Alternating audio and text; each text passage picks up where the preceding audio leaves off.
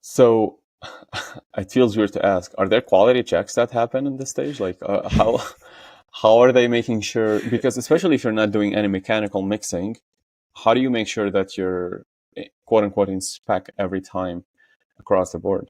Yeah, man, there's a huge list of quality checks these guys do, man. It Maybe is we'll focus on how do you make sure that the blend is what you're looking for Yeah, gasoline. so let me take through what almost they do on a regular base, not like quarterly, not yearly, but what they do every. Yeah. So you everyone's heard of the word octane. I repeated the word several times here. Octane. So octane rating is very important. Every batch is tested. What they do is they take a compression engine and they put their sample in the compression engine. Essentially, it takes the ratios of the sample and then compares it to a standard reference ratio. So they know all the blends are there in a proper ratio.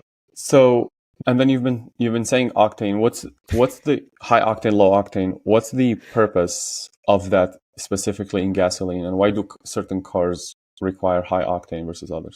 Yeah, so octane is essentially just the value assigned to gasoline based on its ability to resist knocking.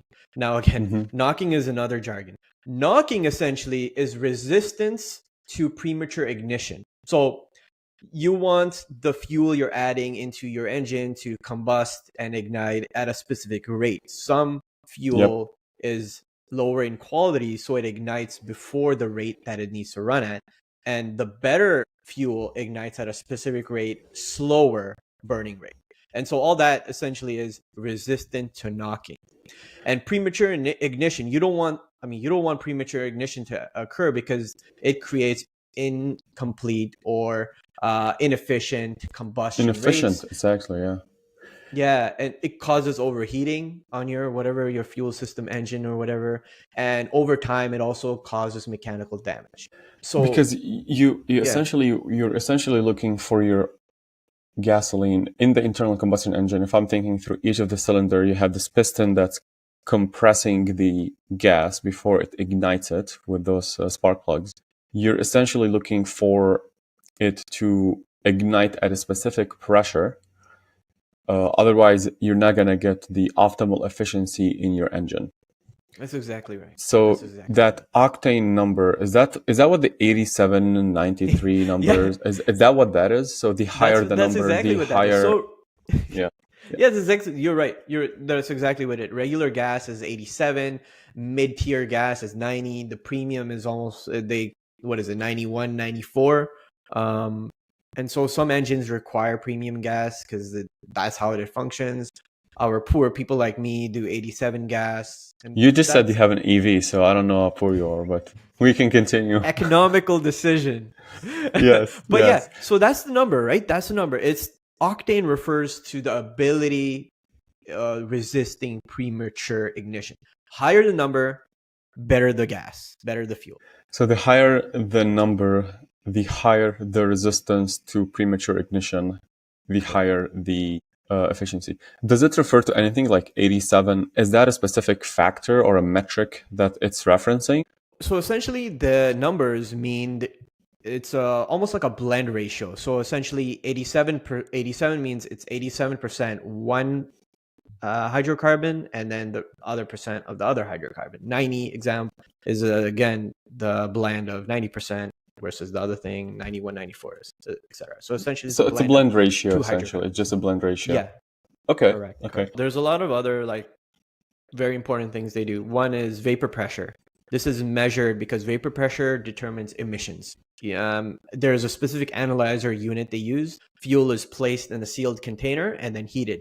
And whatever vapor it kind of creates, that vapor is uh, essentially measured. There's a specific regulation, specific spec around this. And that helps with that's probably compliance with the EPA and environmental agencies.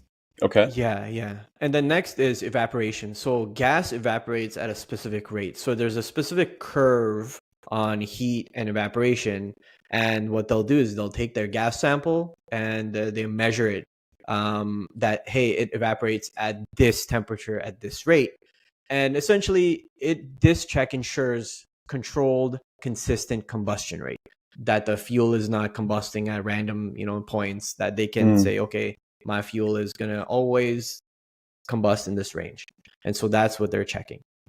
The next thing they check is sulfur. Again, you don't want any sulfur. Sulfur is not good.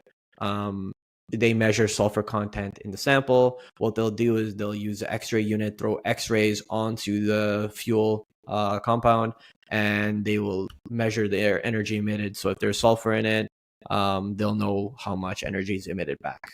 And that's how they measure sulfur content. They also look at benzene and aromatics.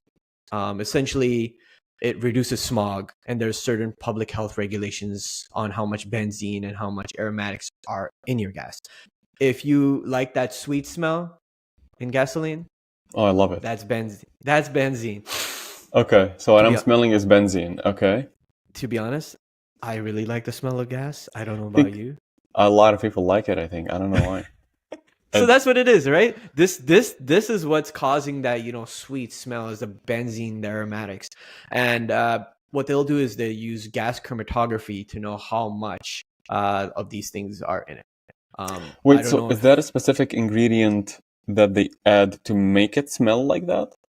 To make it give it more of a unique smell to it? The benzene is just one of the almost like it's not exactly added separately. It's the natural occurring compound within those blending units that we talked about. Okay, yeah. So that and then you mentioned aromatics, like that kind of threw me off. I got me to think: do we have something that they add to make it smell the way it does, or this is that natural smell that?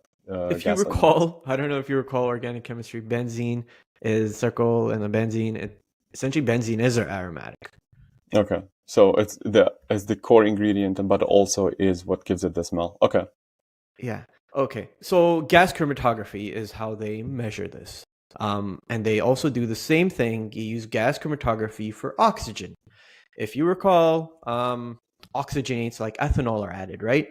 And essentially, we discussed this quickly, and you mentioned it reduced carbon monoxide emissions. And so they want to know how much ethanol, because there's, again, regulations around how much of these things can be in your gasoline. And the last two things are color appearance, so visual inspection. The one thing that is not automated is visual inspection. So specific technicians are there. They're looking at, hey, is my fuel sample free of debris? Is there any impurities in it visually? And they have a color chart. So they compare the fuel color or the gasoline color with what it's supposed to be. They have a color chart. They compare, and they're like, all right, cool. This color matches what it's supposed to be, and there's no impurities. Check. And then the last thing is density. Density of your oils, of your gasoline sample. They use a density meter, regular density meter, and measure the fuel sample density in specification. Check.